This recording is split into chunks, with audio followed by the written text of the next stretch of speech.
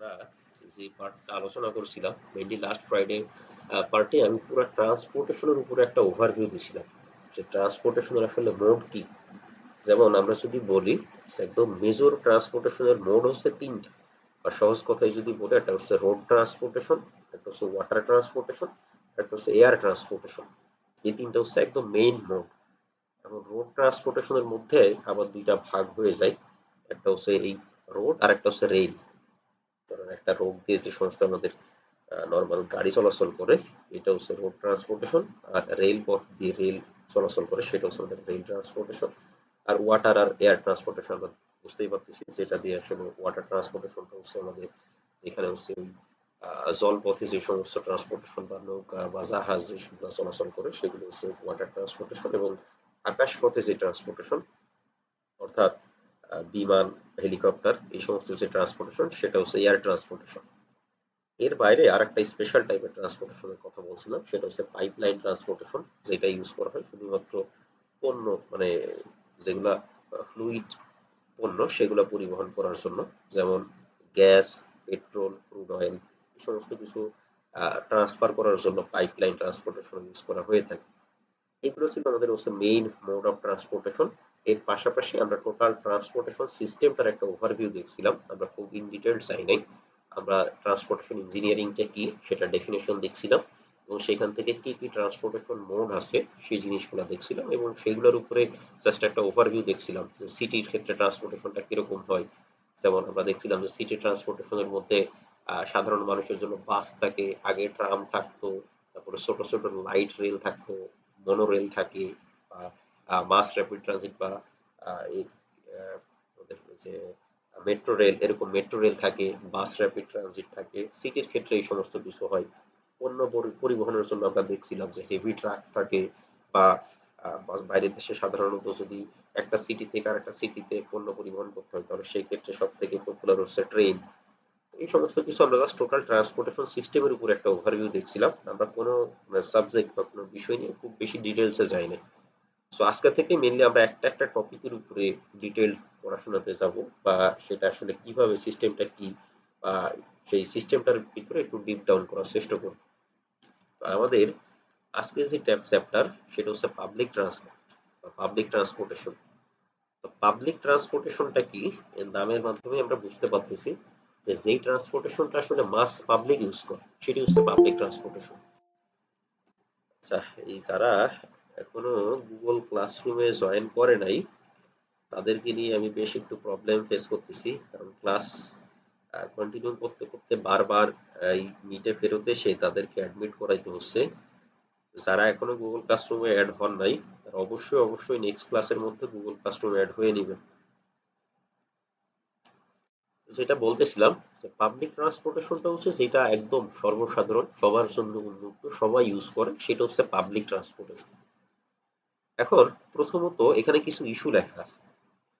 Public ট্রান্সপোর্টেশনটা আসলে কখন দরকার, বা পাবলিক ট্রান্সপোর্টেশনের দরকার, পাবলিক ট্রান্সপোর্টেশনটা কখন দরকার। যেমন সাপোজ ঢাকা সিটির কথাই যদি চিন্তা করি, ঢাকা সিটিতে আসলে যত বাস চলাচল করে, যদি পাবলিক ট্রান্সপোর্টের কথা বলি, ঢাকা সিটির মেজর পাবলিক ট্রান্সপোর্ট হচ্ছে বাস।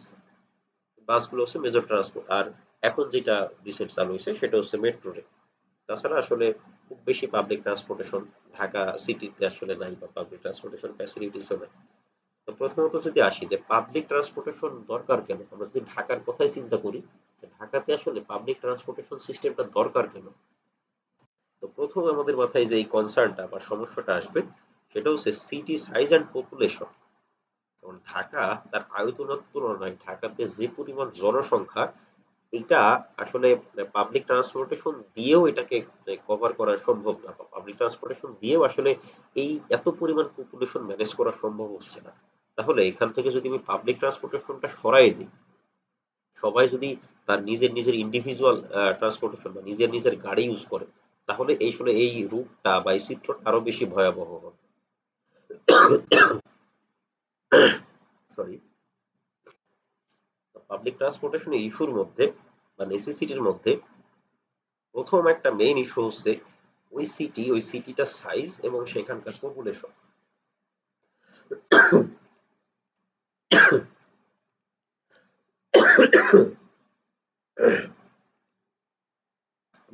মিনিট ব্রেক নিব।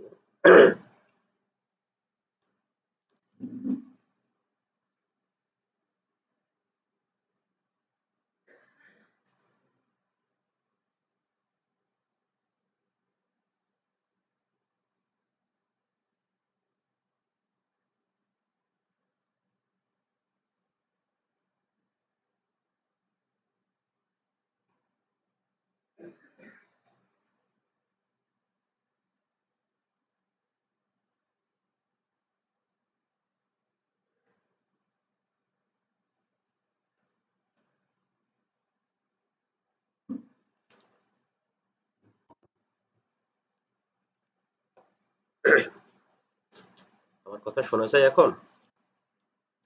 জি স্যার, আগেও ফোন রাখতেছিল আপনি। আচ্ছা, হ্যাঁ, মানে একটু ঠান্ডার সমস্যায় ভুগতেছি, তাই হয়তো একটু ইন্টারাপশন হইতে পারে। যাই হোক, আমরা শুরু করি। সো পাবলিক ট্রান্সপোর্টেশনের ইস্যুর মধ্যে প্রথম যে ইস্যু যেটা বললাম, সেটা হচ্ছে সিটি সাইজ এবং পপুলেশন। ধরেন আমরা যদি এরকম কোনো একটা শহর চিন্তা করি, সেখানে আসলে মানে শহরের তুলনায় সেখানকার জনসংখ্যা কম, বা শহরের তুলনায় জনসংখ্যার ঘনত্বটা কম। সেখানে আসলে যদি আমরা মেজর কোনো পাবলিক ট্রান্সপোর্ট না দিই, তাতেও কিন্তু সিটির ভিতরে বা শহরের মধ্যে কোনো সমস্যা অ্যারাইজ করবে না। যেমন আমি যদি বাংলাদেশেরই একটা উদাহরণ দিই, এখানে কি কারোর বাসা খুলনাতে আছে? খুলনা শহরটার মধ্যে কেউ আছেন যার বাসা খুলনাতে? নাই। রাজশাহীতে আছেন কেউ যার বাসা হচ্ছে রাজশাহী শহরে?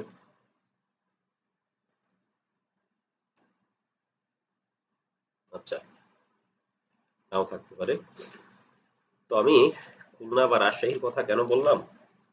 খুলনা শহরের মধ্যে, এমনি খুলনা যতটুকু শহর এলাকা, সেখানে কোনো পাবলিক বাস চলাচল করে না।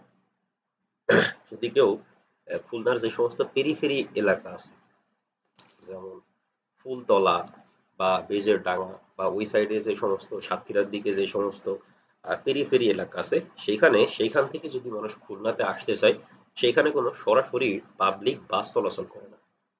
পাবলিক কিছু ছোট ছোট গাড়ি চলাচল করে, তবে সেখানে কোনো পাবলিক বাস চলাচল করে না। খুলনা থেকে যে সমস্ত বাস চলাচল করে সেগুলো হচ্ছে সাধারণত হচ্ছে এক ডিস্ট্রিক্ট থেকে অন্য ডিস্ট্রিক্টে যায়, বা ঢাকার সাথে যোগাযোগ করে এরকম বাস চলাচল করে। তাছাড়া আমরা যেমন ঢাকার মধ্যে যে সমস্ত বাস ইউজ করি, সে জাস্ট একটা জায়গা থেকে আর একটা জায়গায় আমরা যাবো, ঢাকা সিটির মধ্যে আমরা খুব সহজে বাস অ্যাভয়েড করে যেতে পারি। খুলনাতে এরকম কোনো মানে জাস্ট একটা জায়গা থেকে আর একটা জায়গা যাওয়ার জন্য এরকম পাবলিক বাস নেই।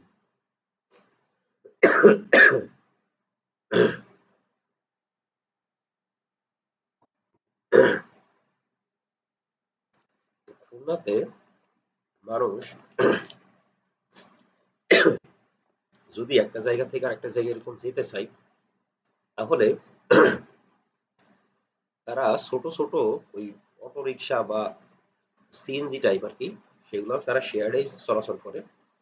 এরকম কিছু ছোট ছোট গাড়ি চলাচল করে বা ছোট ছোট গাড়ি ইউজ করে। ছোট ছোট গাড়িগুলো রুট ঠিক করা থাকে, তারা একটা রুট থেকে আরেকটা রুটে 4 জন বা 5 জন করে মানুষ পরিবহন করে। এটাও একটা টাইপের পাবলিক ট্রান্সপোর্ট। তবে আমরা যে মাস পাবলিক ট্রান্সপোর্টের কথা চিন্তা করতেছি, সেটার সাথে আসলে এটা মেলানো যাবে না। যেমন আমরা যদি ঢাকা সিটির কথা চিন্তা করি, আমরা যদি বলি ঢাকাতেও আমরা ওই একই সিস্টেম করবো, যে আমরা বাস উঠাই দিয়ে আমরা যদি সব ছোট ছোট সিএনজি বা অটো রিক্সা এরকম করি, তাহলে আসলে সেটা মানে রান করতে পারবে কিনা? তাহলে কিন্তু চিত্রটা আরো বেশি ভয়াবহ হবে, কারণ ঢাকাতে এত বেশি মানুষ, পপুলেশন এত বেশি, যেটা আসলে ছোট ছোট গাড়ি দিয়ে সম্ভবই হবে। পাবলিক ট্রান্সপোর্টেশন প্রয়োজনীয়তার প্রথম ইস্যুটাই আসে হচ্ছে তার পপুলেশন থেকে।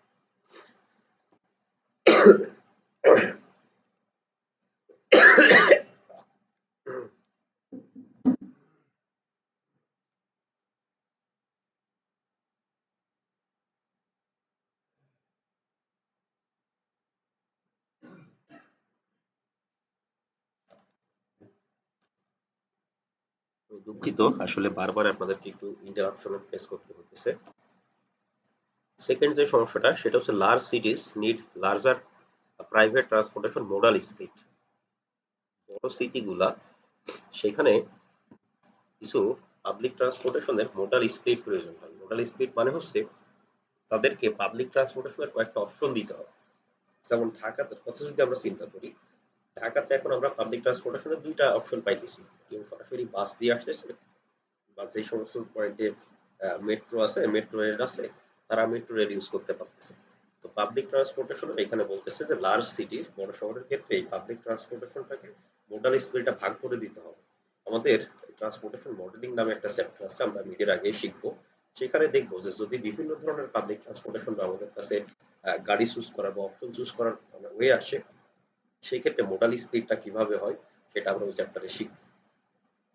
Need public agency to look after, মানে পাবলিক ট্রান্সপোর্টেশন ফ্যাসিলিটিস এটাকে দেখভাল করার জন্য পাবলিক এজেন্সি প্রয়োজন।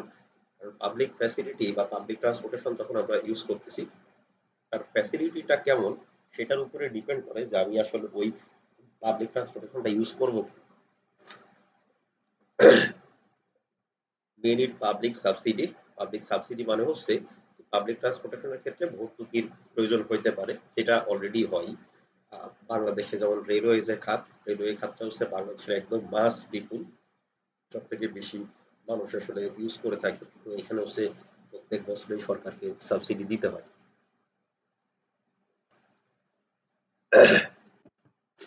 এরপরে বলতেছে private investment needs careful monitoring regulation. কথাটার মানে হচ্ছে পাবলিক ট্রান্সপোর্টেশনে যে সমস্ত প্রাইভেট ইনভেস্টমেন্ট থাকে, যেমন পাবলিক ট্রান্সপোর্টেশনের মধ্যে যেগুলো প্রাইভেট কোম্পানি বাস চলতেছে, তাদের যে ইনভেস্টমেন্ট সেটাকে কেয়ারফুলি মনিটরিং করতে হবে। Planning should be demand oriented. Transportation প্ল্যানিংটা এমনভাবে করতে হবে তার যেখানে ডিমান্ড আছে সেখানে আমি ট্রান্সপোর্টেশন প্ল্যানিংটা ট্রান্সপোর্টেশন অপশনটা বেশি রাখবো, যেখানে ডিমান্ড কম সেখানে ট্রান্সপোর্টেশন ফ্যাসিলিটিসটা বা তার যে সংখ্যাটা সেই সংখ্যাটা কমায় দিই। এই কারণে কিছু পাবলিক ট্রান্সপোর্টেশনের ইস্যু। এখন আসে টেকনোলজিক্যাল ক্যারেক্টারিস্টিক্স। পাবলিক ট্রান্সপোর্টেশনের কি কি টেকনোলজিক্যাল ক্যারেক্টারিস্টিক্স থাকতে হবে? প্রথমে বলতেছে সাপোর্ট। সাপোর্ট হচ্ছে contact between vehicle and the surface. তার মানে হচ্ছে পাবলিক ট্রান্সপোর্টেশনের ক্ষেত্রে যে রাস্তাটা আছে সেই রাস্তাটা তাকে আসলে কি কি সাপোর্ট দিতেছে, rubber tyre on concrete, steel wheel on steel rail, others. তার মানে যদি আমরা স্থল পথে যে সমস্ত গাড়ি চলাচল করে এই সমস্ত গাড়ির কথা যদি চিন্তা করি, তাহলে সেই ক্ষেত্রে কন্ট্রাক্ট বা সাপোর্টটা হয় হচ্ছে গাড়ির চাকা রাবারের সাথে। এখানে হচ্ছে কংক্রিট লেখা আছে। এই কংক্রিট বলতে ২ ধরনের কংক্রিট বোঝায়। একটা হচ্ছে বিটুমিনাস কংক্রিট, মানে হচ্ছে আমাদের ফ্লেক্সিবল পেভমেন্ট, আর একটা হচ্ছে আরসিসি বা রিজিড পেভমেন্ট। সেকেন্ড যেটা বলতেছে সেটা হচ্ছে steel wheel on steel rail, মানে রেলের ক্ষেত্রে রেলের চাকাটা যে স্টিলের পাতের উপর দিয়ে যায় সেটা, এবং আদার্স যদি কোনো অপশন থাকে সেটা। এরপর হচ্ছে গাইডেন্স। গাইডেন্স মানে হচ্ছে রাস্তার ল্যাটারাল সাপোর্ট, ল্যাটারাল কন্ট্রোল। গাড়ির ক্ষেত্রে, রাস্তার ক্ষেত্রে ড্রাইভাররাই আসলে ল্যাটারাল কন্ট্রোলটা ঠিক রাখে স্টিয়ারিং এর মাধ্যমে। আর রেলের ক্ষেত্রে রেলের চাকাটা তার ট্র্যাক বরাবরই চলে যায়। এখানে আর ওই গাড়ির মতো রেলের যে চালক সে আর স্টিয়ারিং ঘুরে ঘুরে তাকে কন্ট্রোল করতে হয় না। রেলের যে লাইন সেই লাইনটাকেই চাকাটাকে গাইড করে নিয়ে যায়। এরপর হচ্ছে প্রপালশন। প্রপালশন মানে হচ্ছে তার মানে চলে, সে চলে কিভাবে, সে কি তার জ্বালানিটা কি, সে ডিজেলে চলতে পারে, এলএনজি বা সিএনজি তে চলতে পারে, ইলেকট্রিক মোটরে চলতে পারে, বা হাইব্রিড মোড, অর্থাৎ যেখানে গ্যাস সিস্টেম বা ডিজেল সিস্টেম ২ ধরনের সিস্টেম থাকে, এরকম কিছু হাইব্রিড মোডে সে চলতে পারে। এরপরে বলতেছে কন্ট্রোলটা কিরকম, মানে এই গাড়িটাকে কন্ট্রোল করে কি? তো সেটা ম্যানুয়ালি কন্ট্রোল করতে পারে, মানে যেটা আমাদের সব থেকে বেশি প্রচলিত সেটা হচ্ছে একজন ড্রাইভার সে ম্যানুয়ালি দেখে দেখে কন্ট্রোল করে। সেকেন্ড হচ্ছে ম্যানুয়াল সিগন্যাল, সেটা সেখানেও কন্ট্রোল করবে ড্রাইভার, কিন্তু সে আর মানে তার মানে তাকে বাকি সমস্ত রাস্তার সিগন্যাল তাকে গাইড করবে যে কখন কোন দিকে স্টিয়ারিং করতে হবে। লাস্ট যেটা দেখতেছি সেটা হচ্ছে অটোমেটিক। অটোমেটিকটাতে এখানে ড্রাইভারের ম্যানুয়ালি কিছু করতে হয় না, এখানে হচ্ছে গাড়িটা অটোমেটিক্যালি তার নেভিগেশন পথটা চুজ করবে। স্যার ম্যানুয়াল সিগন্যাল মানে যেটা ওইটা কি স্যার রেলের ক্ষেত্রে? না না, ম্যানুয়াল সিগন্যাল যেটা সেটা রাস্তার ক্ষেত্রে হইতে পারে, রেলের ক্ষেত্রে হইতে পারে। মানে এই রেলের ক্ষেত্রে মেইন কন্ট্রোল যেটা সেটা হচ্ছে এটা রেল যে পথ, রেল পথটাই ট্রেনটাকে গাইড করে নিয়েছে।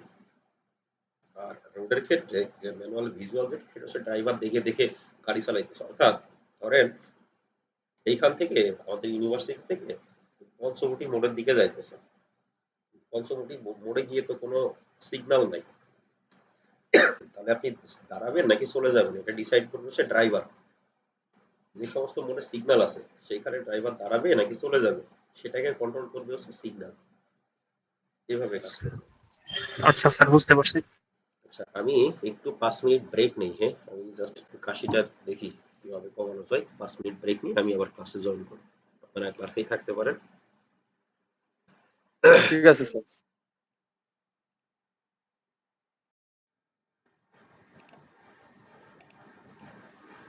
আচ্ছা, ক্লাসটা আমরা পুনরায় শুরু করি। আমার কথা তো ক্লিয়ার শোনা যায়? আমার কথা শোনা যায়? জি স্যার, জি স্যার, শোনা যাইতেছে। আচ্ছা, ঠিক আছে, ধন্যবাদ। তো আমরা এখানে কিছু কি টেকনোলজিক্যাল ক্যারেক্টারিস্টিক্স দেখলাম। এখন এই যে গাইডেন্স এবং কন্ট্রোল টেকনোলজি, এই যে গাইডেন্স এবং কন্ট্রোল টেকনোলজি সেটার আবার একটু ইন ডিটেলস এখানে বলা আছে। বলা আছে lateral curves and side rollers. Curves এবং সাইড রোলার্স যেটা সেটা হচ্ছে এর পরের সেমিস্টারে আছে ট্রান্সপোর্টেশন ইঞ্জিনিয়ারিং 2 তে। সেটা হচ্ছে এটা যদি একটা মেন রাস্তা বলি, বিশেষ করে সিটির ভিতরে যে সমস্ত রাস্তা আছে সেই সমস্ত ক্ষেত্রে এই রাস্তাটার দেখবেন যে এখানে ফুটপাত, এটা যদি ফুটপাত হয় তাহলে এইখানে এই জায়গাটা একটু স্লোপ করে দেওয়া থাকে। এই জায়গাটা হচ্ছে এরকম থাকে আর কি। তো এই অংশটাকে বলা হয় হচ্ছে কার্ভস। এটাও একটা ল্যাটারাল গাইডেন্স হিসেবে কাজ করে।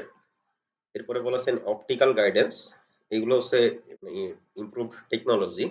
এটা অপটিক্যাল গাইডেন্স। এরপরে হচ্ছে single centrally embedded rail with disconnected steering bogies and inductive cable guidance system, magnetic guidance system, TVR and transsolar can both run on a single wire electric supply। এই পরবর্তীতে যে সমস্ত গাইডেন্সের কথা বলা আছে এগুলো হচ্ছে সবগুলোই থিওরিটিক্যাল। এটা সরাসরি কোথাও কোনো রাস্তায় ইমপ্লিমেন্ট করা না, এখানে জাস্ট দেখানো হয়েছে যাতে এটা সম্পর্কে স্টুডেন্টরা একটু বেসিক নলেজ পায়। বেসিক নলেজ হচ্ছে জাস্ট এইখান থেকে রিডিং পড়ে পড়ে দেখলে কিছু বুঝতে পারবেন না। এটা কি করবেন, এটা এই যে লেখাটা আছে এই লেখাটাকে কি করবেন এইভাবে ধরে কপি করবেন, কপি করে সেটা আপনার ফোনে হোক অথবা আপনার পিসিতে হোক জাস্ট এটা লিখে গুগলে সার্চ দিবেন, সেখান থেকে দেখবেন কিছু ইমেজ আসে।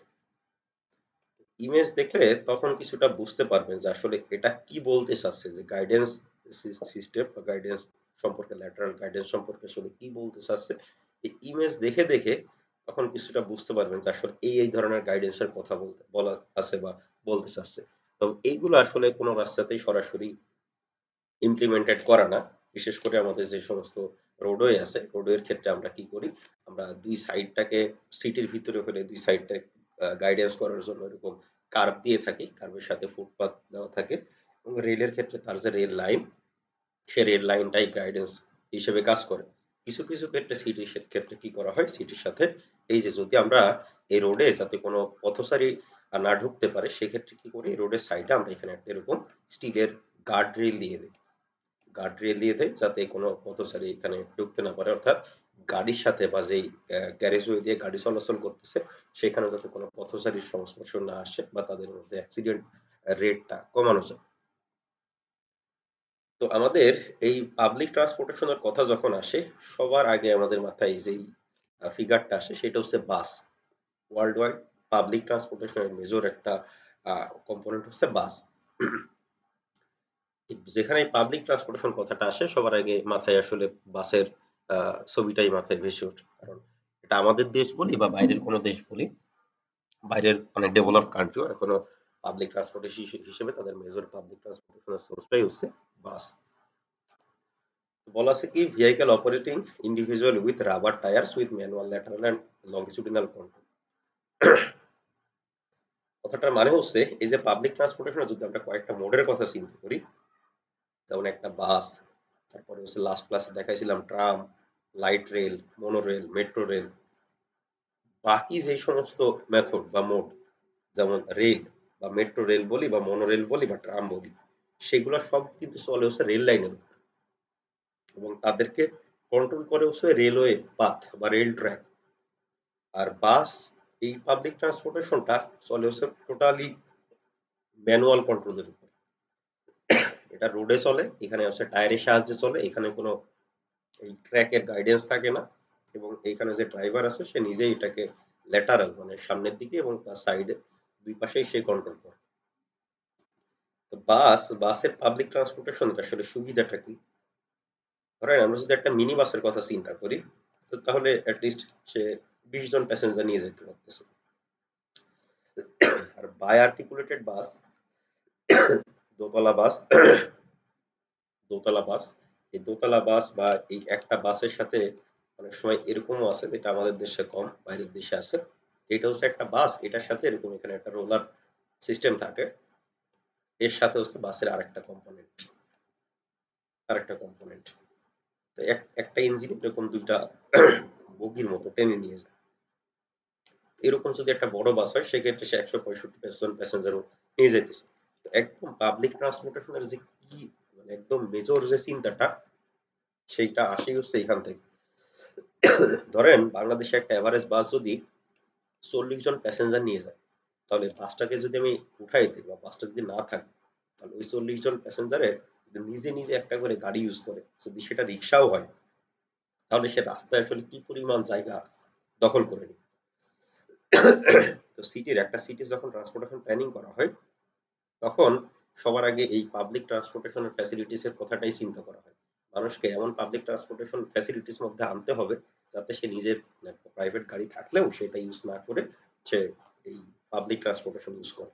যেমন আমাদের এই একটা লাইনে সেটা এখন সম্ভব হচ্ছে। সাপোজ এই মেট্রো রেল যে লাইনটাতে আছে, এখানে কারো যদি সাপোজ কারোর বাসা যদি উত্তরায় হয় এবং তার অফিস যদি মতিঝিলে হয়, সে আসলে তার যদি নিজের প্রাইভেট গাড়ি থাকেও, তারপর তার ওই সারাদিন জ্যামে ঠেলে যাওয়ার থেকেও খুব সহজেই কিন্তু সে মেট্রো ইউজ করতে পারে। এটাই হচ্ছে পাবলিক ট্রান্সপোর্টেশনের মেইন উদ্দেশ্য, যে মানুষকে তার নিজের গাড়ি থাকা সত্ত্বেও তাকে কিভাবে পাবলিক ট্রান্সপোর্টেশনের আওতায় নিয়ে আসা যায়। তো আমরা এই চ্যাপ্টারটাই আমরা বাসের অপারেশন ডিজাইন শিখব। অর্থাৎ একটা রুট, একটা রুটে বাস ডিজাইন মানে হচ্ছে কতক্ষণ পর পর বাস দিব, এবং মানে তাদের মধ্যে হেডওয়ে কতক্ষণ থাকবে সেটাই হচ্ছে কতক্ষণ পর পর বাস দিব, একটা বাস কি পরিমাণ যাত্রী নিয়ে যেতে পারবে। এটাই আমরা এই অপারেশনটাই ডিজাইন করা শিখব। এই থিওরিটিক্যাল পার্টের পরে সেই পার্টটুকু আছে। এখানে আর কি কি কথা লেখা আছে? ভেহিকল ডিজাইন, এটা হচ্ছে হাই ফ্লোরও হইতে পারে, লো ফ্লোরও হইতে পারে। রাইট অফ ওয়ে, মানে এটা এরকম না ট্রেনের মতো ফিক্স না যে একদম সে রেল লাইন দিয়ে চলতে পারবে। তার রাস্তা যতটুকু তার রাইট অফ ওয়ে আছে, সাপোজ এটা যদি রাস্তা হয়, এটা যদি মিডিয়ান হয়, তাহলে বাসটা আসলে ফ্রি, সে এই দিকেও এইখান দিয়েও মুভ করতে পারে, এই লেন দিয়েও মুভ করতে পারে। গাইডেন্সটা টোটালটাই হচ্ছে এজ এ ড্রাইভার তার উপরে ডিপেন্ড করে। প্রপালশন হচ্ছে অল অপশন আছে, বাস ইলেকট্রিসিটি দিয়ে চলা বাসও আছে, ডিজেল বা পেট্রোল দিয়ে চলা বাসও আছে, আবার গ্যাস দিয়ে চলা বাসও আছে। ফেয়ার পেমেন্ট মানে ভাড়া দেওয়ার পদ্ধতি, এটা হচ্ছে বাংলাদেশের ক্ষেত্রে হচ্ছে গাড়ির ভিতরেই দেওয়া হয়। অনেক ডেভেলপ কান্ট্রিতে ওরা হচ্ছে ওই মেট্রোর মতো সিস্টেম, যখন বাসে উঠে তখন ওই কার্ড কার্ড দিয়ে ভাড়াটা পেমেন্ট করে ফেলতে পারে। বাসের পরে আরেকটা যেটা মেজর পাবলিক ট্রান্সপোর্টেশনের মোড, সেটা হচ্ছে লাইট রেল। লাইট রেলটা হচ্ছে সবসময় ছোট রেল, যেটা হচ্ছে রেলটা হচ্ছে ছোট বা শর্ট ট্রেন আর কি।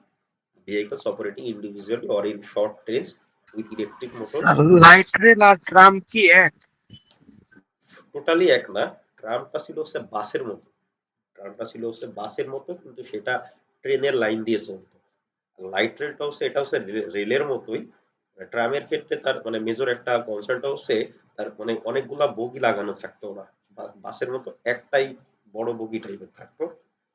লাইট রেলটা হচ্ছে একদম আমরা যে ট্রেনে চলাচল করি, বাংলাদেশে যে সমস্ত ট্রেন চলাচল করে সেরকমই, কিন্তু তার থেকে সাইজে light rail. A short trains with electric motors and overhead power collector, steel wheels on steel rail with manual or automatic longitudinal control. তো এটা আসলে ওই রেল লাইনের উপরে চলাচল করে ছোট টাইপের রেল আর কি।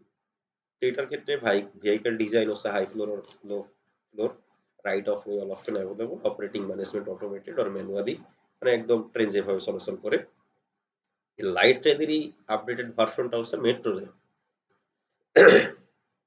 মেট্রো রেলের সুবিধাটা কি? লাইট রেল আর মেট্রো রেলের মধ্যে অসুবিধাটা হচ্ছে লাইট রেল খুব বেশি প্যাসেঞ্জার ক্যারি করতে পারে না। যেমন বাংলাদেশের মানে আমাদের যে লাইনটা মেট্রো এখন সচল হয়েছে, বিশেষ করে কেউ যদি এই বিকেল অফিস শেষ হওয়ার পরে ওই মতিঝিল বা সচিবালয় বা কারওয়ান বাজার থেকে এই মেট্রো রেলটা অ্যাভেল করতে চায়, এত বেশি ভিড় থাকে যে একদম ফুল জায়গাটা অকুপাই হওয়ার পরেও প্রচুর মানুষের ডিমান্ড। তো এই সমস্ত জায়গায় আসলে ওই লাইট রেল দিয়ে কোনোভাবেই মেক আপ করা পসিবল না। তো সেই সমস্ত ক্ষেত্রে এরকম হেভি রেল বা মেট্রো রেল প্রয়োজন হয়। আমাদের আসলে একদম পিক পিরিয়ডে যখন অফিস টাইম শেষ হইতেছে এরকম পিক পিরিয়ডে যে মেট্রো রেল এটাও আসলে ডিমান্ড ফুলফিল করতে পারতেছে না। তো যেখানে আসলে ডিমান্ডটা কম সেই সমস্ত জায়গায় লাইট রেল ইউজ করা যাবে, যেখানে ডিমান্ডটা বেশি সেখানে মেট্রো রেল ইউজ করা যাবে। এবং কস্টের ক্ষেত্রে যদি চিন্তা করি লাইট রেলের ক্ষেত্রে বানানো বা কনস্ট্রাকশন কস্টটা কম, মেট্রো রেলের ক্ষেত্রে অবশ্যই কনস্ট্রাকশন কস্টটা অনেক বেশি। এরপর আছে কমিউটার রেল। কমিউটার রেল মোটামুটি আমরা সবাই চিনি, লোকাল ট্রেন আমরা যেগুলোকে বলি আর কি। তো প্রত্যেকটা স্টেশনে থামতে থামতে যে সমস্ত লোকাল ট্রেন চলাচল করে সেগুলোকে বলা হচ্ছে কমিউটার রেল। ঢাকা সিটি তো অনেক আয়তনে খুবই ছোট একটা city.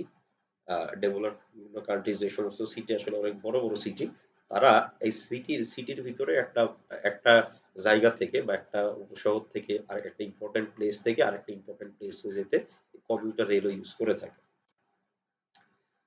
Traditional transit service, bus on shared right of way, streetcar on shared right of way, heavy rail on exclusive right of way, commuter on exclusive right of way। এখানে এই transit service বাসে আমরা কিছু public ট্রান্সপোর্টেশনের কথা বললাম, কোনটা কোথায় চলে?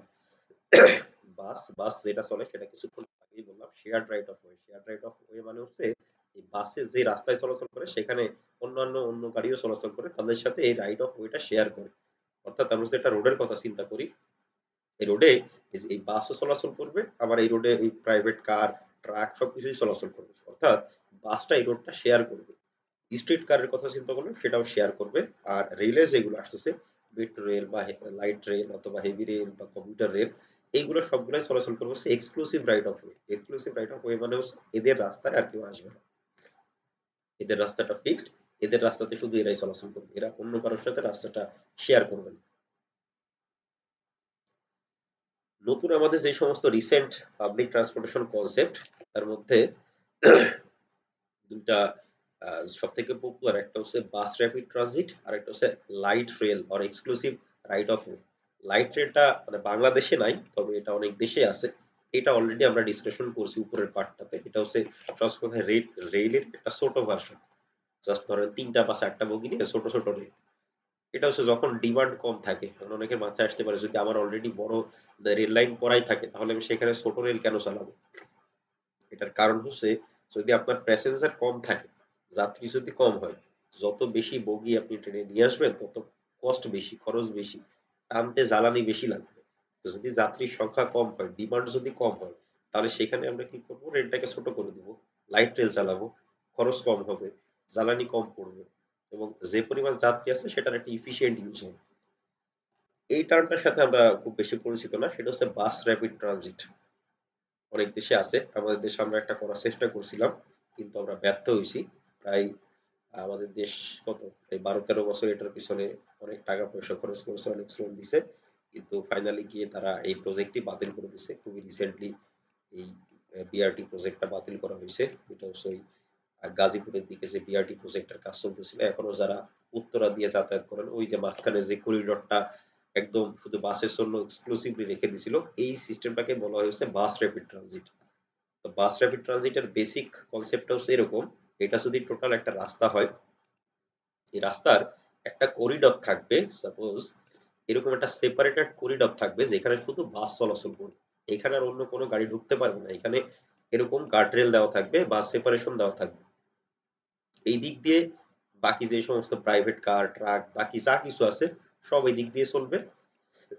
আর এই মাঝখানে যে করিডর, এখান থেকে শুধু পাবলিক বাস চলবে, শুধু পাবলিক বাস চলবে। এটা এটা মানে বাইরের দেশে অনেক পপুলার একটা পাবলিক ট্রান্সপোর্টেশন ফ্যাসিলিটিস। এটা দিলে কি হয়, মানে সময় নষ্ট হয় না। আমাদের ঢাকা সিটির কথা যদি চিন্তা করি, আমরা ঘন্টার পর ঘন্টা জ্যামে আটকায় থাকি। বাস র্যাপিড ট্রানজিটের উদ্দেশ্যটা বা মেইন ফাংশনটাই হচ্ছে এরকম যে পাবলিক ট্রান্সপোর্টেশন সে সব থেকে বেশি প্রায়োরিটি পাবে, সে কোনো জ্যামে আটকাবে না। জ্যামে আটকাবে হচ্ছে প্রাইভেট কার, এই দুই পাশে যারা আছে তারা বিভিন্ন জায়গায় গিয়ে জ্যামে আটকাবে, এই বিআরটি কোনো জ্যামে আটকাবে না। তো আমরা যদি জাস্ট এই মানে রাস্তাটার কথা চিন্তা করি, দেখবেন যে সমস্ত জায়গায় মোড়, সেই সমস্ত জায়গায় কিন্তু বিআরটি রোডটা উপর দিয়ে, যেমন ওই আবদুল্লাহপুর বা হাউস বিল্ডিং এর ওইখানেও এগুলা কিন্তু ওই উপর দিয়ে, এখানে ইন্টারচেঞ্জ করে দেওয়া হচ্ছে। কোনো মোড়ে এই বিআরটি লেনটা ছিলই না, বিআরটি লেনটা হচ্ছে কোনো জায়গায় আটকাবে না, এটা একদম স্মুথ চলতে থাকবে, একদম ফ্রিলি চলতে থাকবে। শুধু বাস স্টপ স্টপে গিয়ে থামবে, প্যাসেঞ্জার উঠাবে, প্যাসেঞ্জার নামাবে, আবার চলতে থাকবে। এটা হচ্ছে বিআরটি, বাস র্যাপিড ট্রানজিট। এটা খুবই famous world wide public transportation একটা মোড। এবং ডেভেলপ কান্ট্রিতে আসলে মানুষ মানে স্বতঃস্ফূর্তভাবে নিজের গাড়ি থাকা সত্ত্বেও পিক পিরিয়ডে বা অফিস পিরিয়ডে বাস ইউজ করে এই সুবিধার জন্য যে তাকে কোনো জায়গায় দাঁড়ায় থাকতে হয় না জ্যামে। এই সাইডের গাড়িগুলা এই সাইডের গাড়িগুলা এরা জ্যামে আটকাইতে পারে, কিন্তু বিআরটি লেনের কোনো গাড়ি কোনো জ্যামে আটকাবে না। সে বাস সোজা চলে যাবে, স্টপেজে থামবে, আবার সোজা চলে যাবে।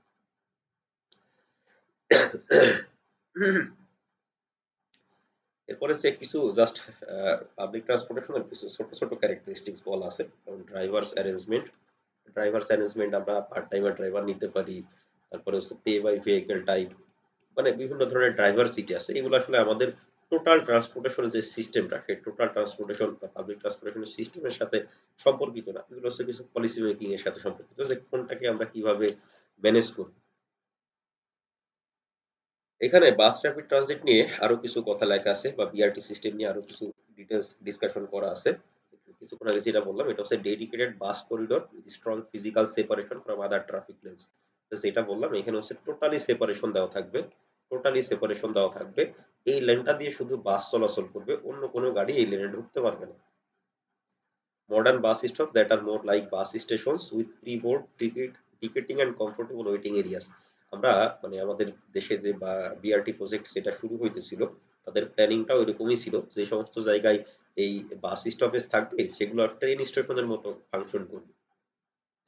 ট্রেন স্টেশনের মতো ফাংশন কি, এই মেট্রোতে সেরকম হয় যে ওই বাস এসে থামবে, মানুষ উঠে পড়বে, বিষয়টা এরকম না। সে আগে ওই ওই বাস স্টপেজে সে টিকিট কাটবে, টিকিট কেটে ওয়েট করবে, বাস আসবে, সে ওই টিকিট পাঞ্চ করে সে বাসে উঠবে, আবার তার যে গন্তব্য সেই গন্তব্যতে গিয়ে সে টিকিট পাঞ্চ করে সে বের হয়ে যাবে। সো এরকম স্টেশন টাইপ কনসেপ্ট কাজ করে বাস র্যাপিড ট্রানজিট। মাল্টি-ডোর বাস, মাল্টি-ডোর বাস মানে হচ্ছে বাংলাদেশের বাসের যে সমস্যা, একটাই দরজা। তো যতজনই প্যাসেঞ্জার উঠতে চাক বা নামতে চাক, ওই একটা দরজা দিয়েই উঠবে বা নামবে। এটাতে সময় নষ্ট হয়, রাস্তার কনজেশন জ্যাম বৃদ্ধি পায়। একটা রাস্তা, গাড়ি যখন বা বাস যখন রাস্তার মধ্যে দাঁড়ায় প্যাসেঞ্জার উঠায় বা নামায়, তখন পিছনের গাড়িটাও আটকায় থাকে।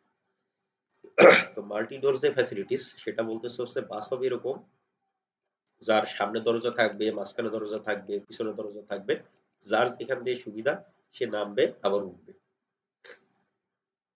এই যে বিআরটিসি যে বাসগুলা, এই বাসগুলা যখন মানে এগুলো তো অনেক পুরাতন বাস, বিআরটিসি যে বাসগুলো এখন ঢাকা শহরে চলাচল করে, এটা অনেক পুরাতন বাস। এই বাসগুলা প্রথম যখন যাত্রা শুরু করে, তখন কিন্তু এই পাবলিক ট্রান্সপোর্টেশন বা পাবলিক সেবা দেওয়ার জন্যই যাত্রা শুরু করে। এবং তাদের কিছু কিছু মানে ফ্যাসিলিটিস ওইভাবে ডিজাইন করা, সামনের দিকে একটা দরজা, পিছনের দিকে একটা দরজা, আবার দুই তলা বিশিষ্ট বাস করতেছে, যাতে একই জায়গায় একটা বাসের জায়গায় সে নিবে, কিন্তু যাত্রী ক্যারি করবে ডাবল। এরপরে হচ্ছে large high capacity comfortable bus, differentiated service as local and express bus. Express রুটের বাসগুলো আলাদা থাকবে, লোকাল বাসগুলো আলাদা থাকবে। বাস প্রায়োরিটাইজেশন এন্ড ইন্টারসেকশন, এই যে খুবই ইম্পর্টেন্ট একটা টার্ম। যে সমস্ত জায়গায় বা যে সমস্ত মোড়ে আমাদের ইন্টারচেঞ্জ বা গ্রেড সেপারেশন বা উপর দিয়ে যে মোড়ে না আটকায় উপর দিয়ে ইন্টারচেঞ্জের মাধ্যমে গাড়ি পার করে যাবে, এই যে সমস্ত মোড়ে এই সুবিধা দিতে পারবো না, সেই সমস্ত মোড়ে কি করব, এই যখন একটা স্টপেজ বা এরকম মোড়ে এসে গাড়ি দাঁড়াবে, বাসটাকে সবার আগে প্রায়োরিটি দিতে হবে।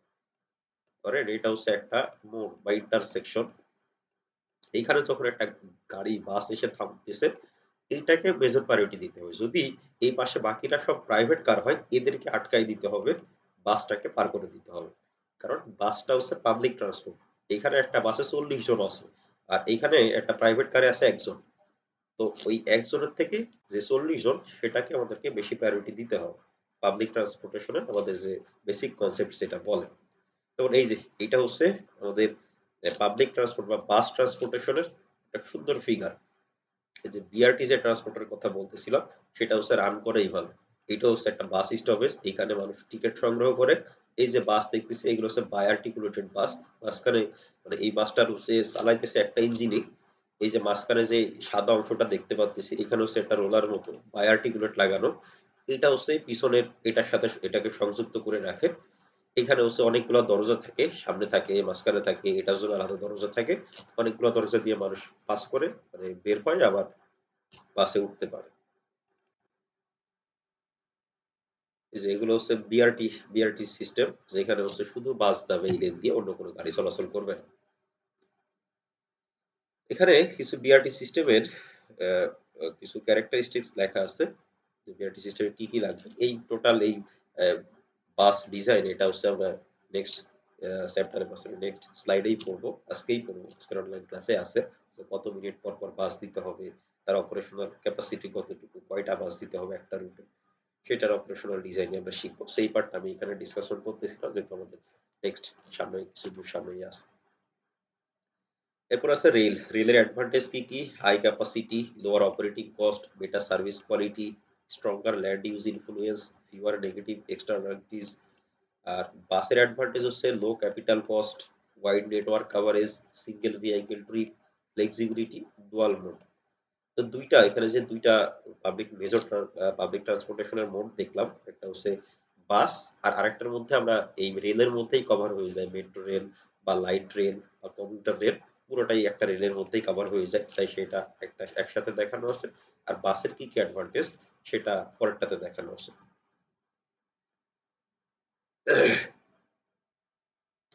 তো এই পর্যন্তই ছিল আমাদের পাবলিক ট্রান্সপোর্টেশনের উপরে জাস্ট একটা ওভারভিউ, যে পাবলিক ট্রান্সপোর্টেশনটা কি জিনিস। পাবলিক ট্রান্সপোর্টেশনটা হচ্ছে যেটা মাস পাবলিক ইউজ করতেছে, মাস পাবলিক জনসাধারণ যেটা ইউজ করতেছে সেটা হচ্ছে পাবলিক ট্রান্সপোর্টেশন। পাবলিক ট্রান্সপোর্টেশনের মোড কি কি? ওয়ার্ল্ড ওয়াইড পাবলিক ট্রান্সপোর্টেশনের মোড হচ্ছে এই বাস। আর রেলের মধ্যে আছে আবার তিনটা টাইপের রেল, একটা হচ্ছে লাইট রেল, হেভি রেল বা মেট্রো রেল, আর হচ্ছে কমিউটার রেল। এখন আমাদের দেশ আসলে আমাদের প্রয়োজনীয়তার উপরে ডিপেন্ড করে কিছু স্পেশাল টাইপের পাবলিক ট্রান্সপোর্টেশন বানাই ফেলছি আমরা, যেটা হচ্ছে শেয়ার্ড সিএনজি অথবা শেয়ার্ড অটো রিক্সা। এগুলো পাবলিক ট্রান্সপোর্টেশনের মধ্যে পড়ে। যখন আপনি ৫ জন মিলে একটা অটো রিক্সা নিতেছেন, তো আপনি তো আর একা একা সিঙ্গেল এটা ইউজ করতেছেন না, ৪-৫ জন মিলেই ইউজ করতেছেন, সেটাও পাবলিক ট্রান্সপোর্টেশনের মধ্যে পড়ে। তবে সেটাকে আমাদের এইরকম পাবলিক ট্রান্সপোর্টেশনের ক্যাটাগরিতে নিয়ে আসা পসিবল, কারণ এটা হচ্ছে একটা আনক্লাসিফাইড ভেহিকেল। আমরা বাসটাকে যেমন পাবলিক ট্রান্সপোর্টেশনের মধ্যে নিয়ে আসতে পারতেছি, এটা হচ্ছে ওয়ার্ল্ড ওয়াইড একটা ক্লাসিফাইড ভেহিকেল। যখন আপনি ট্রান্সপোর্টেশন প্ল্যানিং করবেন, আপনি বাসটাকে মডেলিং করতে পারবেন, কিন্তু অটো রিক্সা বা সিএনজি এগুলাকে মডেলিং করতে পারবেন না, এগুলো স্থায়ী কোনো ভেহিকেল না। যেমন আমরা ঢাকা সিটিতে সিটি কর্পোরেশন কিছুদিন পর পর সিদ্ধান্ত নেয় যে রাস্তায় অটো রিক্সা থাকবে না, কিছুদিন তারা উঠায় নেয়, কিন্তু সেটাকে তারা কন্ট্রোল করতে পারে না। সেটা হচ্ছে মানে এরকম স্থায়ী কোনো ভেহিকেল না। তো সিটি কর্পোরেশন চাইলেই হঠাৎ করে পুরো পাবলিক বাস বন্ধ করে দিতে পারবে না। তাদেরকে যদি পাবলিক ট্রান্সপোর্টেশন ফ্যাসিলিটিস ইনক্রিজ করতে হয় তাহলে তাদেরকে সেবাটা আপগ্রেড করতে হবে। হুট করে তারা আর কি বাস বন্ধ করে দিতে হবে এরকম কোনো ডিসিশন নিতে পারবে না। তবে এই যে আমাদের চাহিদার জন্য বা আমাদের নেসেসিটির উপরে চিন্তা করে, যেমন আমি শুধু উদাহরণ দিয়েই বলি যে উত্তর মেট্রো স্টেশন থেকে আমাদের উত্তর ইউনিভার্সিটি যাওয়ার জন্য আমরা আসলে কি মেথডে যাব। এখন যদি আমরা সেখানে সবাই একটা একটা পার্সোনাল রিক্সা নিয়ে যায়, সেক্ষেত্রে দুইটা অসুবিধা। একটা হচ্ছে যে পরিমাণ ডিমান্ড সে পরিমাণ অটো রিক্সা পাবো না। সেকেন্ড হচ্ছে ইকোনমিক, সোশিও ইকোনমিক কন্ডিশন, যেখানে একটা সিঙ্গেল রিক্সা নিয়ে গেলে আমার ৫০ টাকা খরচ হবে, সেখানে আমি যদি শেয়ার্ড আরো ৩ জনের সাথে শেয়ার্ড যাই তাহলে আমার ২০ টাকা খরচ হবে। তাহলে অবশ্যই আমার শেয়ার্ড যাওয়া ভালো। তাহলে ইকোনমিক সাইডটাও কভার আপ হইতেছে, আবার একটা রিক্সা যখন ৪ জন ইউজ করতেছে তখন তার আসলে ক্যাপাসিটিটা বাড়তেছে, ক্যাপাসিটি মানে রাস্তার ক্যাপাসিটিটা বাড়তেছে, বেশি মানুষ চলাচল করতে পারতেছে। এই সমস্ত সিএনজি বা অটো রিক্সা এগুলাকে আমরা কখনোই এই একদম বুকিশ যে পাবলিক ট্রান্সপোর্টেশন যে নলেজ বা পাবলিক ট্রান্সপোর্টেশনের যে থিওরি এই থিওরির মধ্যে নিয়ে আসা সম্ভব না। এগুলো হচ্ছে আমাদের প্রয়োজনের তাগিদে আমাদের বানানো। আর বাকি যেগুলোর কথা এখানে বলা হলো, বাস, লাইট রেল বা মেট্রো রেল, এগুলো হচ্ছে মানে পুরা সিটিটাকে ম্যানেজ করার জন্য বানানো। সিটির যত প্যাসেঞ্জার আছে তাদেরকে ম্যানেজ করার জন্য বানানো। তো এখন আমরা যেটা দেখব সেটা হচ্ছে বাস অপারেশন ডিজাইন। বাস অপারেশন ডিজাইন মানে হচ্ছে একটা রুটের যদি আমরা একটা বাস সার্ভিস চালু করব, তাহলে ওই রুটে কয়টা বাস দিব, কতক্ষণ পর পর দিব, এই জিনিসগুলো আর কি প্ল্যান আউট করা, সেটাই হচ্ছে বাস অপারেশন ডিজাইন। তো একটা অপারেশন প্ল্যান কম্পোনেন্টস, একটা বাস অপারেশনের কি কি কম্পোনেন্ট থাকে সেটা যদি দেখি, একটা হচ্ছে অ্যাডপ্টেড হেডওয়ে। হেডওয়ে মানে হচ্ছে একটা বাস থেকে আরেকটা বাস কতক্ষণ দূরে দূরে থাকবে। হেডওয়ে হয় দুই ধরনের, একটা হচ্ছে স্পেস হেডওয়ে আর একটা হচ্ছে টাইম হেডওয়ে। স্পেস হেডওয়ে মানে হচ্ছে যদি আমি ফিক্স করে দেই একটা বাসের সবসময় 2 কিলোমিটার পিছনে আরেকটা বাস থাকবে, সেটা হচ্ছে স্পেস হেডওয়ে ফিক্স করে দেওয়া। আর একটা হচ্ছে টাইম হেডওয়ে, যে একটা বাসের 10 মিনিট পর আরেকটা বাস আসবে।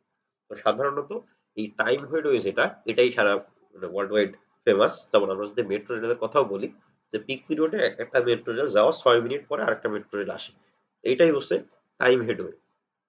সেকেন্ড হচ্ছে সাইকেল টাইম। সাইকেল টাইম মানে হচ্ছে আমি একটা রুট যে সিলেক্ট করতেছি, একটা রুটের সাপোজ এটা হচ্ছে একদম প্রথম স্টেশন আর আরেকটা হচ্ছে একদম শেষ স্টেশন, এখান থেকে এই পর্যন্ত যেতে তার কতক্ষণ সময় লাগতেছে, এটা হচ্ছে তার সাইকেল টাইম, যে সে এখান থেকে যাবে আবার সে এখান থেকে ফেরত আসবে কতক্ষণ সময় লাগবে। যেমন আমরা যদি মেট্রোর কথা বলি, মেট্রোতে বলা হয় হচ্ছে উত্তর থেকে মতিঝিল পর্যন্ত যেতে 37 মিনিটস সময় লাগে। তাহলে সাইকেল টাইমটা বলতেছে হচ্ছে টোটাল সে একবার রাউন্ড দিলে তার কতক্ষণ সময় লাগবে। এরপর হচ্ছে টার্মিনাল টাইম, সে প্রত্যেকটা স্টেশনে কতক্ষণ করে থামতেছে বা শেষ স্টেশনে কতক্ষণ থামতেছে। এরপর আছে ফ্লিট সাইজ, মানে আমরা যে পাবলিক ট্রান্সপোর্টেশনটা ডিজাইন করব তার ফ্লিট সাইজ কত, সেখানে কয়টা গাড়ি চলাচল করবে। কমার্শিয়াল স্পিড, তার মানে হচ্ছে পাবলিক ট্রান্সপোর্টেশনটা কত স্পিডে চলাচল করবে। তাহলে আমরা যে এখানে বাস অপারেশন ডিজাইন করতেছি, বাস অপারেশন ডিজাইনের ক্ষেত্রে আমাদের এই জিনিসগুলো সবগুলাই আমাদেরকে ফিক্স করতে হবে, যে কত মিনিট পর পর বাস চলবে, পুরা রুট শেষ করতে কতক্ষণ সময় লাগবে, তার টার্মিনাল টাইম কতটুকু হবে, কয়টা বাস চলবে, বাসের স্পিড কত হবে, এই জিনিসগুলো আমাদেরকে ডিজাইন করতে হবে।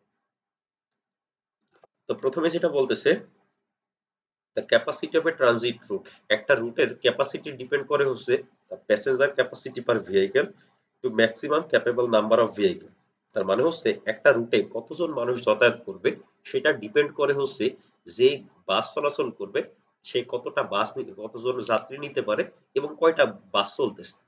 ধরেন আমি যদি বলি যে একটা রুটে 10টা বাস চলতেছে আর তার হচ্ছে এক একটা বাসের ক্যাপাসিটি হচ্ছে ৪৭ জন করে সে প্যাসেঞ্জার নিতে পারবে, তাহলে ওই রুটের ক্যাপাসিটি হচ্ছে 410 × 40। সেটা এখানে লেখা আছে যে capacity of transit route, passenger capacity per vehicle to maximum capable number of vehicle. এরপরে আমাদের headway, an expression for the headway of a bus stop. The headway, minimum headway between buses, এই যে ব্র্যাকেটে লেখাই আছে, এটা হচ্ছে টাইম হেডওয়ে। আমি কিছুক্ষণ আগে বললাম হেডওয়ে কিন্তু দুই ধরনের, একটা হচ্ছে স্পেস হেডওয়ে, ডিস্টেন্স দিয়ে হেডওয়ে বোঝায়, আর একটা হচ্ছে সময় দিয়ে হেডওয়ে বোঝায়। এখানে এই সেম টাইম মানে হচ্ছে মিনিমাম হেডওয়ে। মিনিমাম হেডওয়ে কিসের রেসপেক্টে, এখানে ব্র্যাকেটে লিখে দিয়েছে, এটা হচ্ছে টাইমের রেসপেক্টে, মিনিটস এর রেসপেক্টে। তো ফর্মুলাটা হচ্ছে কি, এই same equal to 2TD divide by 60। তাহলে এখানে আমাদের আননোন রাশি হচ্ছে একটা, সেটা হচ্ছে টিডি।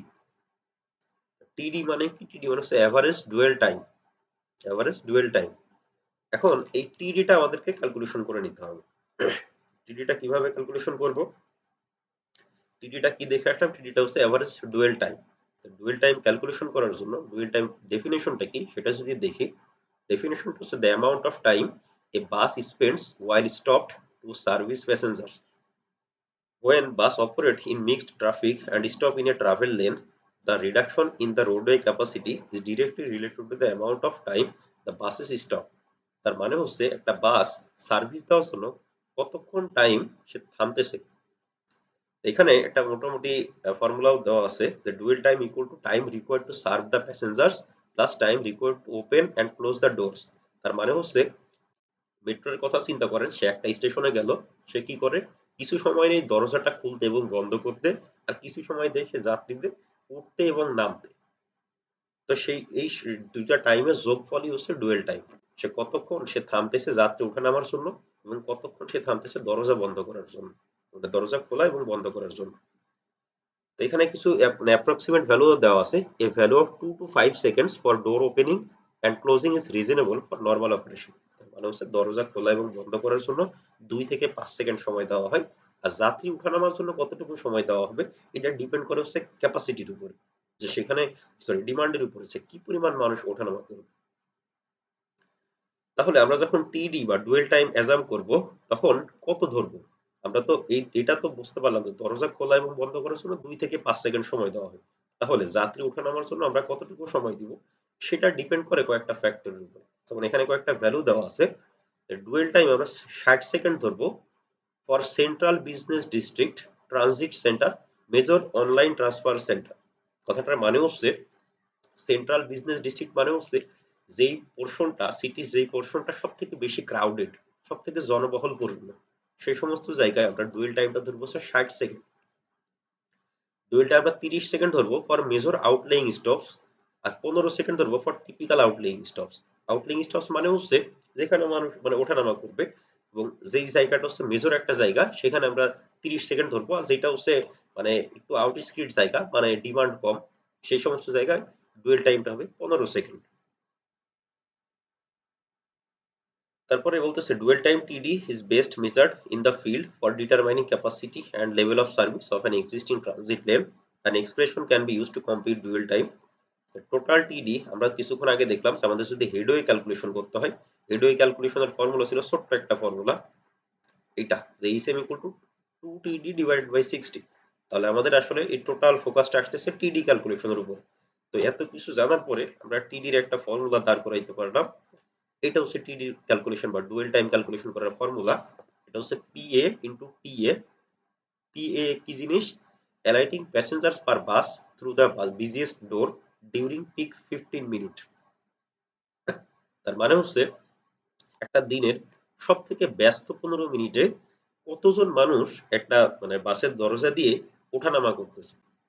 তার সাথে টিএ হচ্ছে প্যাসেঞ্জার অ্যালাইটিং টাইম, মানে প্রত্যেকজন মানুষ কতক্ষণ কত সেকেন্ড করে সময় নিতেছে সেটা হচ্ছে TA, plus boarding passenger per bus through the busiest during peak 15 minute. একই কথা, এই পিএটা হচ্ছে যখন মানুষ নামতেছে, প্রত্যেকজন মানুষ মানে পিক পিরিয়ডে কতজন মানুষ নামতেছে সেই সংখ্যাটা হচ্ছে পিএ।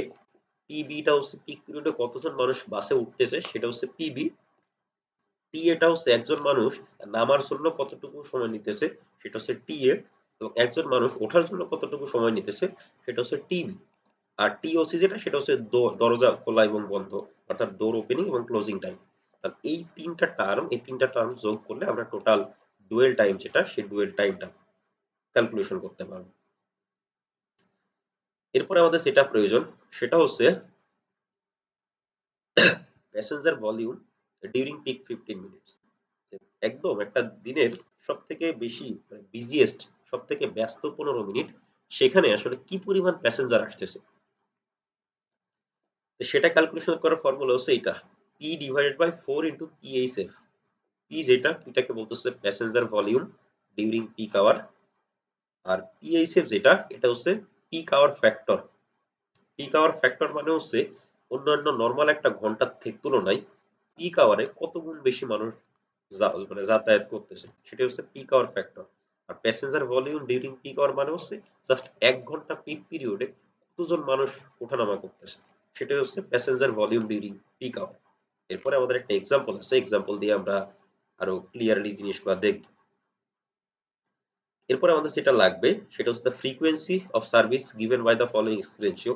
মানে ফ্রিকোয়েন্সি মানে হচ্ছে আমরা প্রতি ঘন্টায় কতটা করে বাস দিব।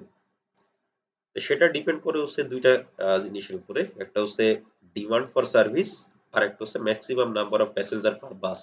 অর্থাৎ 1 ঘন্টায় কতজন মানুষ আসলে বাসে আসার ওঠার জন্য ওয়েট করবে এবং একটা বাস কতজন করে নিতে পারবে। কিছুক্ষণ আগে প্রথমে যেটা বললাম যে ক্যাপাসিটি, একটা বাস যদি সাপোজ 400 জন মানুষ একটা রুটে যাতায়াত করে, যদি একটা বাস 40 জন নিতে পারে, তাহলে কয়টা বাস লাগবে সেটাই হচ্ছে ফ্রিকোয়েন্সি, যে প্রতি ঘন্টায় কয়টা বাস লাগতেছে।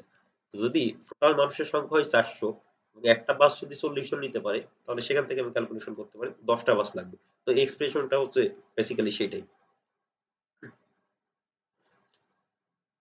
এরপরে যেটা আসতেছে সেটা হচ্ছে vehicle capacity depends on two factors, seating capacity, standing capacity. বাসের ক্ষেত্রে দুইটাই ইম্পর্টেন্ট, যে সিটিং ক্যাপাসিটি, স্ট্যান্ডিং ক্যাপাসিটি, কতজন বসতে পারবে এবং কতজন দাঁড়ায় যাইতে পারবে। A load factor is often used to measure seat availability, and load factor indicates that every seat is occupied. The passenger capacity of bus is given by, অর্থাৎ একটা বাস কি পরিমাণ মানুষ নিতে পারবে, ক্যারি করতে পারবে, সেটা ডিপেন্ড করে সেই ফর্মুলার উপর। বলতেছে সিটি, সিটি মানে হচ্ছে total passenger capacity per vehicle, একটা গাড়ি কি পরিমাণ প্যাসেঞ্জার নিতে পারবে, ইকুয়াল টু সিএ, সিএ মানে হচ্ছে ভেহিকল সিটিং ক্যাপাসিটি, প্লাস সিবিটা হচ্ছে ভেহিকল স্ট্যান্ডিং ক্যাপাসিটি, তার সাথে একটা ফ্যাক্টর গুণ করা আছে আলফা, আলফাটা হচ্ছে ফ্র্যাকশন অফ সিবি অ্যালাউড, কথাটার মানে হচ্ছে টোটাল কতজন মানুষ নিতে পারবে, সেটা যোগফল হচ্ছে যতজন দাঁড়ায় আছে প্লাস যতজন বসে আছে। এই যতজন দাঁড়ায় আছে সেখানে আবার একটা ফ্যাক্টর গুণ করতে হয়, সেই ফ্যাক্টরটা হচ্ছে আমরা আসলে কত পার্সেন্ট মানুষ দাঁড়াইতে দিব, আমরা কি একদম গাদাগাদি করে দাঁড়াইতে দিব নাকি মোটামুটি কমফোর্টেবল ভাবে দাঁড়াইতে পারবে এভাবে অ্যালাউ করব, সেরকম একটা ফ্যাক্টর গুণ করতে হয়, সেই ফ্যাক্টরটা হচ্ছে আলফা। লাস্টলি যেটা আছে ক্যাপাসিটি, একটা রুটে যে বাস চলাচল করতেছে একই মানে যে কোনো সময়, সেই রুটের বাসের ক্যাপাসিটি ক্যালকুলেশন করার ফর্মুলা হচ্ছে এটা, যে RC equal to 60 CT divided by HM. তো সিটি ক্যালকুলেট আমরা এখান থেকে সিটি ক্যালকুলেশন করতে পারি ডিভাইডেড বাই এইচএম, এইচএম এ একদম আমরা প্রথমে ক্যালকুলেশন করে আসছি, এখানে আমরা এইচএম ক্যালকুলেশন করে আসছি, এইচএম এই সিটি কে 60 সিটি কে এইচএম দ্বারা যদি আমরা ভাগ করি, তাহলে একটা রুটে কতজন মানুষ চলাচল করতেছে সেটা আমরা খুব সহজেই ক্যালকুলেশন করতে পারবো। আর লাস্ট যে ভ্যালুটা একটা বাস অপারেশনের প্রয়োজন হয় সেটা হচ্ছে ফ্লিট সাইজ। ফ্লিট সাইজ মানে হচ্ছে আমি কয়টা বাস দিব, একটা রুটে কয়টা বাস দিব, সেই বাস দেওয়ার সংখ্যাটা হচ্ছে ডিপেন্ড করে হচ্ছে এটার উপরে। TR equal to D divided by VC. D মানে হচ্ছে ডিস্টেন্স, টোটাল একটা রাউন্ড ট্রিপ কমপ্লিট করতে তার ডিস্টেন্স কত কিলোমিটার, আর তার এভারেজ ভেহিকেল স্পিড, তার স্পিড কতটুকু, সেটার উপরে ডিপেন্ড করবে যে আমার কয়টা আসলে বাস লাগবে। টোটাল টোটাল যতগুলো আমরা ফ্যাক্টর দেখলাম সবগুলাকে যদি এখন আমরা একটা এক্সাম্পলের মধ্যে নিয়ে আসি, এক্সাম্পলে ফর্মুলেট করি, তাহলে দেখি এখানে একটা সিটির বাস অপারেশন ডিজাইনের প্রবলেম দেওয়া আছে। বলা আছে bus system needs to be set up between the Washington State University campus and the University of Idaho a distance of 8.5 mile. তার মানে হচ্ছে দুইটা ইউনিভার্সিটির মধ্যে তার একটা পাবলিক বাস রুট ঠিক করতেছে, যাদের মধ্যে ডিস্টেন্স হচ্ছে 8.5 mile. The operating time is 30 minute, বলে দিছে যাইতে এক জায়গা থেকে আরেক জায়গায় যেতে সময় লাগে হচ্ছে 30 minute. It has been estimated that the peak hour demand is 400 passenger per hour, মানে একদম বিজি পিরিয়ডে প্রতি ঘন্টায় 400 জন মানুষ আসে, ডিমান্ড হচ্ছে 400 জন, and 45 seater buses R available, তাদের কাছে যে বাসগুলো অ্যাভেলেবল আছে সেটা হচ্ছে 45 জন করে ক্যারি করতে পারে। which can safely accommodate 20 স্ট্যান্ডিজ, তার মানে হচ্ছে এই 45 জন করে সিট আছে, 45 জন করে বসে যেতে পারে, তার সাথে আরো 20 জন দাঁড়ায় যেতে পারে, অ্যাকোমোডেট 20 জন স্ট্যান্ডিজ, 20 জন দাঁড়ায় যেতে পারবে। Design the basic system and determine the fleet size, fleet size মানে হচ্ছে কয়টা বাস লাগবে, assuming the policy headway is 30 minutes, তার মানে হচ্ছে এরা ফিক্স করে দিছে প্রতি 30 মিনিট পর পর বাস আসবে, and that the minimum terminal time is 7.5 minute, সর্বনিম্ন টার্মিনাল টাইম হচ্ছে 7.5 minute, which may be revised if necessary, এটা পরিবর্তন করা যাবে যদি প্রয়োজন হয়, এটা পরিবর্তন করা যাবে। এই ইনফরমেশন গুলো দিয়ে এখন আমাদের একটা বাস অপারেশন ডিজাইন করতে হবে, কয়টা বাস লাগবে এবং বাকি যেই আমরা ফ্যাক্টর গুলো উপরে দেখলাম সেগুলো আমরা এখান থেকে এখন ক্যালকুলেশন করা শিখব। তো প্রথমে আমরা দেখি যে একটা বাসের এই যে বাসটা চলবে তার স্পিডটা কত সেটা আমরা প্রথমে বের করে নেই। যেটা বলা আছে সেটা হচ্ছে এই একটা ক্যাম্পাস থেকে আরেকটা ক্যাম্পাসের ডিসটেন্স হচ্ছে 8.5 মাইল, 8.5 মাইল, এবং এর অপারেটিং টাইম হচ্ছে 30 মিনিট। মানে যাইতে সময় লাগে হচ্ছে 30 মিনিট, তাহলে স্পিড কত? একদম সিম্পল, স্পিড ইকুয়াল টু হচ্ছে distance divided by time. Distance হচ্ছে 8.5 মাইল আর সময় লাগে হচ্ছে 30 মিনিট। এখন প্রশ্ন আসতে পারে তাহলে এখানে 60 কোথা থেকে আসলো? আমরা প্রতি ঘন্টায় হিসাব করতেছি আর টাইমটা দেওয়া আছে মিনিটে। তাহলে আমরা যদি এই 30 কে ঘন্টায় কনভার্ট করতে চাই তাহলে আসলে ক্যালকুলেশনটা ছিল এরকম, 8.5 ডিভাইডেড বাই 30 ডিভাইডেড বাই 60। তো এটা ক্যালকুলেশন করে দেখবেন সেম একই জিনিসই আসবে। তো ক্যালকুলেশন করলে অপারেটিং স্পিড আসে হচ্ছে 17 mile per hour, 17 mile per hour. এখন পলিসি হেডওয়ে এটা ফিক্স করে দিছে যে পলিসি একটা বাস আসার 30 মিনিট পরে আরেকটা বাস আসবে এবং টার্মিনাল টাইম হচ্ছে 7.5 মিনিট। তাহলে এখন যদি আমরা হেডওয়ে মানে বের করি, মিনিমাম হেডওয়ে এই সেম মিনিমাম হেডওয়ে ক্যালকুলেশন করার এখানে ফর্মুলাটা দেখতে হচ্ছে 60 সিটি ডিভাইডেড বাই আরসি। এই ফর্মুলাটা কোথায় থেকে পাইলাম? এই ফর্মুলাটা পাইলাম হচ্ছে এই যে লাস্ট এইখান থেকে। দেখেন এটা এই ফর্মুলা থেকে আমরা যদি এই সেম ক্যালকুলেশন করতে চাই তাহলে ফর্মুলাটা কি দাঁড়াবে? 60 সিটি ডিভাইডেড বাই আরসি। তো সেটাই এখানে ইউজ করা হয়েছে, সেটাই এখানে ইউজ করা হয়েছে যে এই same equal 60 CT divided by RC. 60 into CT মানে কি কিছুক্ষণ আগে দেখে আসলাম, একটা বাসের টোটাল ক্যাপাসিটি কত। এই যে সিটি মানে হচ্ছে total seating capacity plus total standing capacity. আমাদের প্রশ্নে বলাই আছে 45 জন বসতে পারে আর 20 জন দাঁড়াইতে পারে। টোটাল সিটি মানে ক্যাপাসিটি হচ্ছে 45 plus 20, 60 into 45 plus 20 divided by RC মানে হচ্ছে ওই রুটের ডিমান্ড কত, মানে প্রতি ঘন্টায় কতজন মানুষ সেটা ইউজ করে। তো সেটাও এই যে প্রশ্নেই বলা আছে, ডিমান্ড হচ্ছে 400 প্যাসেঞ্জার পার আওয়ার। তো পুরোটা যদি ক্যালকুলেশন করি তাহলে ভ্যালুটা আসে হচ্ছে 9.75 মিনিট। তো সেটাকে আমরা অ্যাপ্রক্সিমেটলি ধরে নিতেছি হচ্ছে 10 মিনিট। এরপরে যেটা আসতেছে সেটা হচ্ছে সাইকেল টাইম, পুরাটা কমপ্লিট করে আসতে তার কি পরিমাণ সময় লাগবে। তো পুরোটা একবার যেতে সময় লাগতেছে হচ্ছে প্রশ্নেই বলা আছে যে রুট করতে তার সময় লাগে হচ্ছে 30 মিনিট, এটা প্রশ্নেই বলা আছে। এই যে আর বলা আছে যে তার টোটাল রুট কমপ্লিট করতে যে অপারেটিং টাইম হচ্ছে 30 মিনিট, তার মানে একবার এই পজিশন থেকে এখানে যাইতে সময় লাগে 30 মিনিট। তাহলে টোটাল সাইকেল টাইম মানে হচ্ছে গিয়ে আবার ফেরত আসতে কতক্ষণ লাগে? তাহলে লাগবে হচ্ছে 60 মিনিট। তার সাথে আবার প্রশ্নে বলা আছে টার্মিনাল টাইম, মানে সেই স্টেশনে গিয়ে সে আরো 7.5 মিনিট টার্মিনালে ওয়েট করবে। তাহলে টোটাল টাইম কত? একবার যেতে সময় লাগে 30 মিনিট প্লাস 7.5 মিনিট, টোটালটা কমপ্লিট করতে লাগবে হচ্ছে তার দ্বিগুণ, অর্থাৎ 75 মিনিট। তাহলে ফ্লিট সাইজ কয়টা বাস লাগবে? টোটাল টাইম হচ্ছে 75 মিনিট আর আমরা দেখলাম যে হেডওয়ে হচ্ছে 10 মিনিট।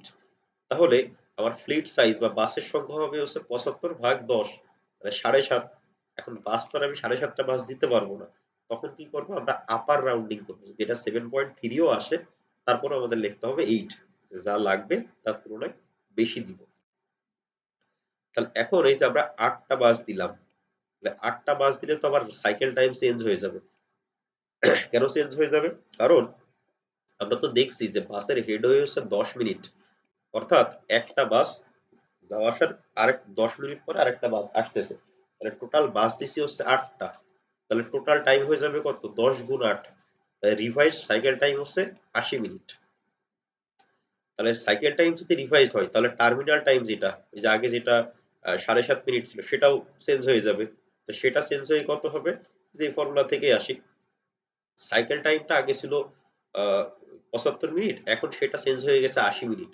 তাহলে এই জাস্ট এই ফর্মুলাতেই এইখানে যদি 80 বসাই দিই তাহলে রিভাইজ টার্মিনাল টাইম যেটা অর্থাৎ এই যে টিটি যেটা এই টিটি এর একটা মানে রিভাইজড ভ্যালু আমরা ক্যালকুলেশন করতে পারবো। জাস্ট এই ফর্মুলাটা এখানে হচ্ছে এই টিটি এর ভ্যালুটা ক্যালকুলেশন করা হয়েছে আর এই টিটাকে এই পাশে নিয়ে আসা হয়েছে। এই ফর্মুলাটা এখানে রিঅ্যারেঞ্জ করে লেখা আছে। রিঅ্যারেঞ্জ করে দেখতেছি যে এখন রিভাইজ টার্মিনাল টাইম হয়ে গেছে হচ্ছে 10 মিনিট। ফাইনাল যেটা সেটা হচ্ছে commercial speed, speed V equal to distance divided by terminal time. Distance যদি আমরা বলি 120 into L, sorry, divided by T হচ্ছে 80 মিনিট, টোটাল হচ্ছে তার আহ, আহ, যে ট্রাভেল টাইম মানে টোটাল তার যে সাইকেল টাইম, টোটাল সাইকেল টাইমটা হচ্ছে 80 মিনিট। আর এখানে 120 লেখা হয়েছে কারণ হচ্ছে এটা টোটাল ক্যালকুলেশনটা হচ্ছে এরকম যে এই 8.5 ডিভাইডেড বাই 80 মিনিট, তো মিনিটকে যদি আমরা ঘন্টায় নিয়ে আসতে যাই তাহলে 60 দিয়ে ভাগ করতে হয়। আর টোটাল ডিসটেন্সটা কত? 8.5 ইনটু 2, যেহেতু টোটাল হচ্ছে একবার যাইতেছে আবার ফেরত আসতেছে, তাহলে টোটাল তার কমার্শিয়াল যে বাসটা চলতেছে সেই কমার্শিয়াল স্পিডের ভেহিকেলের টোটাল স্পিডটা আসতেছে হচ্ছে 12.75 মাইল পার আওয়ার। তো টোটাল এখানে আমরা যত কিছু ক্যালকুলেশন করলাম সেটাকে যদি সামারাইজড করি তাহলে দেখতেছি হচ্ছে হেডওয়ে, অর্থাৎ একটা বাস থেকে আরেকটা বাসের ডিস্টেন্স মানে টাইম হেডওয়ে হচ্ছে 10 মিনিট, টোটাল সাইকেল টাইম হচ্ছে 80 মিনিট, টার্মিনালে গিয়ে সে ওয়েট করবে 10 মিনিট, টোটাল বাস লাগবে 8টা, এবং সেই বাসের এভারেজ স্পিড থাকবে হচ্ছে 12.75 এমপিএস। তো এইভাবেই সাধারণত কোনো একটা যদি বাস অপারেশন করতে হয় তাহলে সেটাকে ডিজাইন করতে হয়। স্যার, হ্যাঁ বলেন। স্যার এই আমাদের 8:30 থেকে আরেকটা ক্লাস আছে আজকে। হ্যাঁ সেটা তো আমি আর জানি, 30 থেকে যে ক্লাস আছে সেটা তো আমি জানি, আমি তো ছেড়ে দিলাম, তো মোটামুটি লিখতে স্যার আসছি। না মানে ওই যে আমাদের ইমেলটার বিষয়ে একটু কথা হ্যাঁ বলতেন যদি। বলবো। তার আগে ক্লাস নিয়ে বলেন যে ক্লাস নিয়ে মানে যেই প্রবলেমটা করাইলাম এই প্রবলেমটা বুঝতে কারো কোনো অসুবিধা আছে কিনা, এটা বেশি জরুরি। খুবই সহজ প্রবলেম, সরাসরি যে ফর্মুলা দেওয়া আছে সেই ফর্মুলাগুলো ইউজ করেই জাস্ট ক্যালকুলেশন করা। স্যার ওই যে মানে ফ্লিট টাইম ফ্লিট হ্যাঁ টাইম ফ্লিট টাইমটা যদি আমাদের ফ্র্যাকশন আসে তাহলে তো আবার সব রিভাইজ ক্যালকুলেশন হ্যাঁ করা লাগবে। হ্যাঁ আচ্ছা মানে তাহলে রিভিশন বুঝতে করতে পারছি হবে। স্যার। ফ্লিট সাইজ যদি 7.5টা বাস আসে, আপনার 7.5টা বাস দিতে পারবেন না, তাহলে সেক্ষেত্রে আপনাকে 8টা বাস দিতে হবে। তো 8টা বাস দিলে তখন আবার ওই সাইকেল টাইম চেঞ্জ হয়ে যাবে, সাইকেল টাইম চেঞ্জ হয়ে গেলে টার্মিনাল টাইম চেঞ্জ হয়ে যাবে। বুঝতে পারছেন? জি স্যার, বুঝতে পারছি। খুব একটা জটিল কোনো কিছু না এটা। হ্যাঁ, এখন তো সরাসরি ক্লাসে দেখালাম, এই জিনিসটা আবার বাসায় প্র্যাকটিস করবেন, যদি কোনো অসুবিধা হয় তাহলে নেক্সট ক্লাসে অবশ্যই দেখাবেন। আমার পরের স্যার ক্লাসটা কোন এই স্যারের? টাইপের ম্যাথে কিরকম মানে মার্ক থাকতে পারে? বাস ডিজাইনের ম্যাথে সাধারণত 5 মার্কস থাকে। আমার পরের ক্লাসটা কোন স্যারের? Sir Riyad Riyad sir. Sir. Riyad স্যারের? আচ্ছা, অসুবিধা নাই, আমি জাস্ট 2 মিনিট। আমার ক্লাসের কন্টেন্ট এই পর্যন্তই। আপনাদের